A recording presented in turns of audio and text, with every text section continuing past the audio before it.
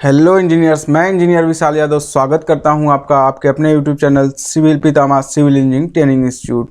दोस्तों, आज हम लोग यहां पे बात करेंगे बेंटअप बार के बारे में। जैसा कि आप इमेज देख रहे हैं, इमेज देख के तो अब तक समझ गए होंगे कि आप यहां पे क्या बात करने वाले हैं और बताने वाले हैं। तो जैसा कि बेंटअप बार, आप जब भी यहाँ पे स्लैब की कास्टिंग कराते हैं तो स्लैब की कास्टिंग कराने से पहले हम जब वहाँ पे उसका रेनफोर्समेंट कराते हैं तो उस रेनफोर्समेंट में हम देखते हैं यहाँ पे कि जब आप बेंटअप करते हैं, जैसा कि आपका टॉप एक्स्ट्रा जब बांधते हैं वहाँ पे, तो टॉप एक्स्ट्रा में आप देखते हैं ये यहाँ पे जो बेंटअप होता है ये 45 डिग्री पे।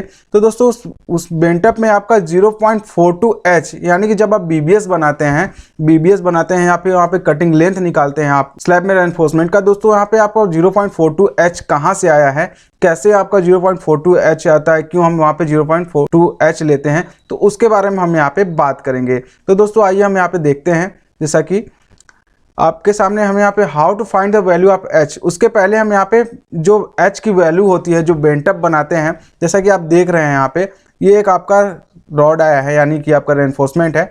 इस बार में आपका यहाँ पे जो H की वैल्यू है, ये रेनफोर्समेंट तो आपको पता है कि 45 डिग्री पे हम यहाँ पे मोड़ दिए हैं, लेकिन आपका वैल्यू ऑफ H जो निकालनी है तो वो कैसे आएगी। तो जैसा कि आपका जो स्लैब की कास्टिंग कराते हैं तो स्लैब की मिनिमम थिकनेस जो हम देते हैं एज पर IS कोड, तो दोस्तों आपका 125 mm होना चाहिए, यानी कि 5 इंच से कम आप नहीं देते हैं। तो 125 mm आपका यहाँ पे स्लैब थिकनेस हो गया। 20 mm कवर देते हैं हम आपका स्लैब में, आपको पहले से पता है। तो दोस्तों यहाँ पे कवर आपका 20 mm ऊपर भी देते हैं और 20 mm आपका नीचे भी कवर प्रोवाइड करते हैं।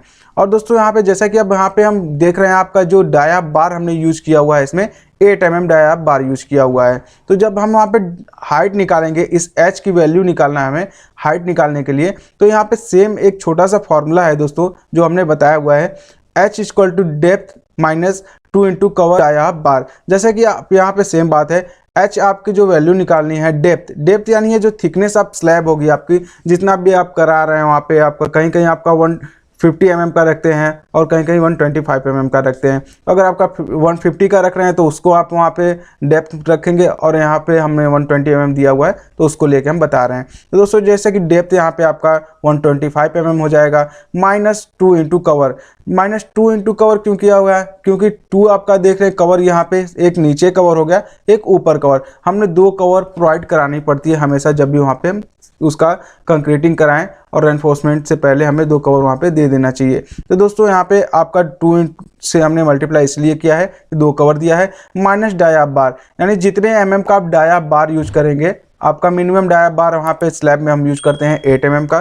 तो दोस्तों हमने 8 mm को हमने यहाँ पे लिया हुआ है, और 8 mm और 10 mm का ही यूज करते हैं। तो यहाँ पे हमने यहाँ पे 8 mm रखा हुआ है। तो जब इसको आप यहाँ पे सॉल्व करेंगे, 125 mm आपका डेप्थ आप यहाँ पे स्लैब हो गया, -2 इंटू कवर, कवर जो आपका प्रोवाइड किया है 20 mm का, तो 2 इंटू कवर आपका 20 हो गया, -8 यहाँ पर डाया बार हो गया। जब इसको आप यहाँ पे सॉल्व करेंगे तो आपका हो जाएगा यहाँ पे 77 mm।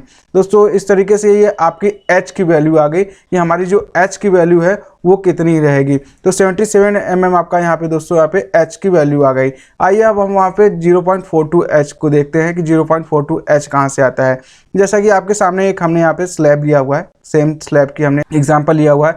इसमें हमने यहाँ पे दोस्तों इसको जो स्लैब का ये जो रॉड है यानी बार है, उसको हमने यहाँ पे 3 पार्ट्स में यहाँ पे आपको डिवाइड करके बता दिया है ताकि आपको समझने में आसानी हो।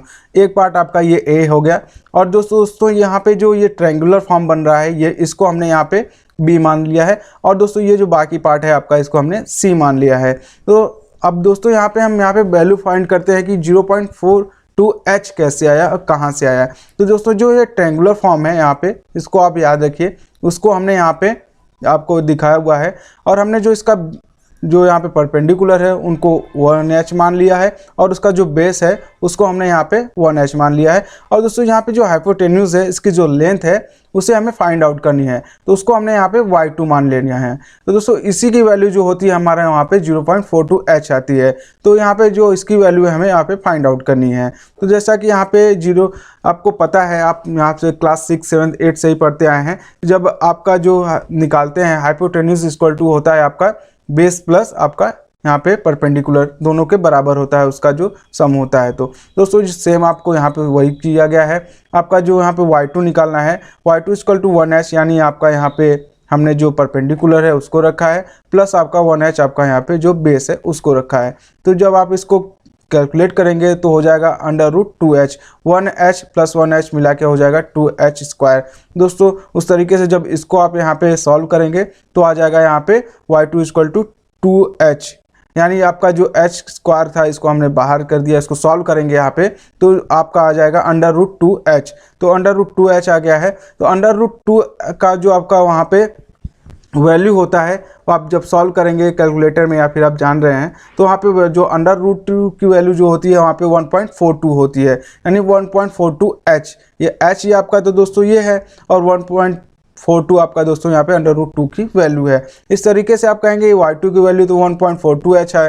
तो दोस्तों आइए आप देखते हैं हम यहाँ पे 0.42 कहाँ से आया है।